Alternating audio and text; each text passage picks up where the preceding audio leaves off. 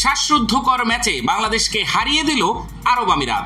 Sharjah cricket স্টেডিয়ামে সিরিজের দ্বিতীয় টি-20 ম্যাচেও জয়ের খুব কাছে ছিল বাংলাদেশ দল। তবে শেষ দিকে বোলিং ব্যর্থতায় আরব আমিরাতের বিপক্ষে 2 উইকেটের ব্যবধানে হারতে হলো টাইগারদের। বাংলাদেশের দেওয়া 206 রানের লক্ষ্যে ব্যাট করতে নেমে মোহাম্মদ ওয়াসিমের 82 রানের ফলে মূলত জয় সহজ হয়ে যায় আমিরাতের। পরবর্তীতে শেষ দিকে হায়দার আলীর 6 বলে 15 রানের কার্যকরী ইনিংসে ভর করে সিরিজ সমতায় ফিরালো আরব আমিরাত দল।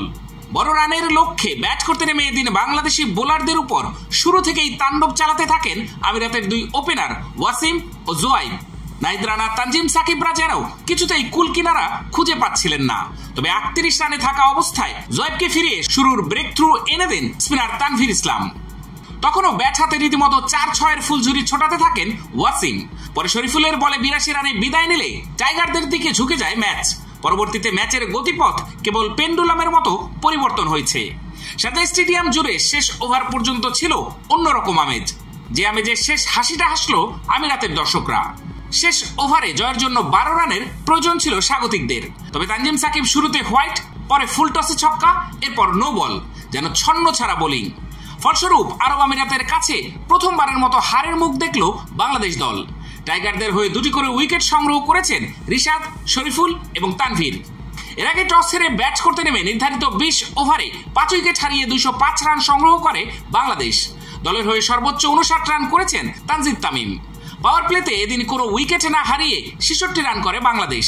প্রায় 1 বছর আর 14 ইনিংস পর টি-20তে উদ্বোধনী জুটিতে 50 পায় দল। পাওয়ার প্লে শেষ হওয়ার আগেই ব্যক্তিগত 50 করেন তামিম। তৃতীয় বাংলাদেশি হিসেবে এমন কীর্তি করেন তিনি। 25 বলে এই মাইলফলক স্পর্শ করেন তিনি। তবে এরপর আর বেশি দূর এগোতে পারেননি। 33 বলে 59 রান করে ফিরে যান এই ওপেনার।